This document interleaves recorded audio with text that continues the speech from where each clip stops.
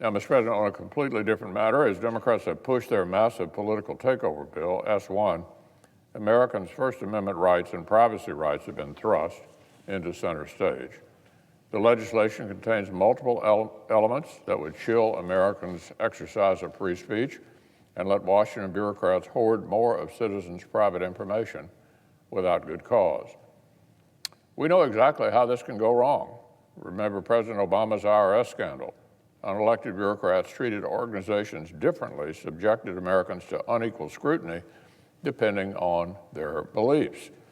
Nonprofits with a whiff, just a whiff, of conservative beliefs were slow-walked and singled out for unfair treatment. Or think back to 2014. The Obama administration had to reach a settlement after a government worker leaked confidential information about a conservative group in violation of federal law.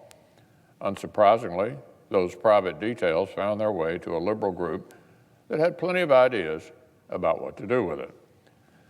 Courts have found that the state of California has repeatedly leaked or inappropriately released confidential information about nonprofits' donors.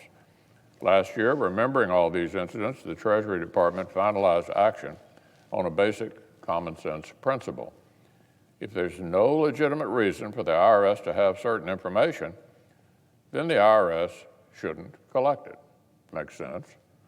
The prior administration had the IRS stop blanket collection of non-public information about citizens who make I repeat, non-tax deductible contributions to certain organizations. Contributions to 501c4 organizations are not tax deductible. The IRS doesn't need these details just for kicks and giggles.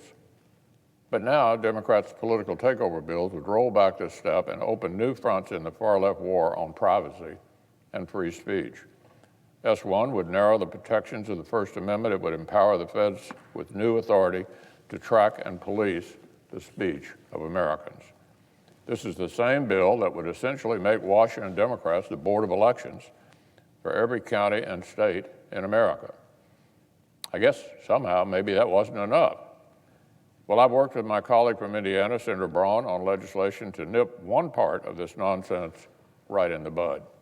Our bill would codify the rule issued by the last administration. Americans would remain free from a federal dragnet collecting private information that it neither needs nor uses for legitimate law enforcement purposes. Information that can be mishandled, or worse, used to target and harass Americans based on their views. So I'm proud to stand with Senator Braun and with 39 Republican co-sponsors and with citizens across America, across the political spectrum, who don't need the IRS peering into their First Amendment activities any more than is strictly necessary.